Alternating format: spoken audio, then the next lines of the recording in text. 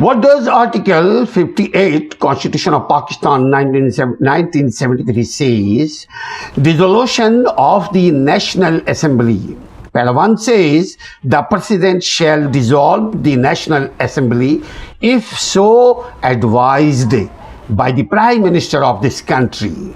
and the National Assembly shall, unless sooner dissolved, stand dissolved at the expiration of 48 hours,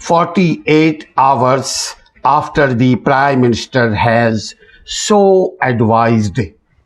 I'm going to explain about Article 58, but my respected friends, if you did not subscribe my channel, please subscribe to this channel so that you can get another informative video.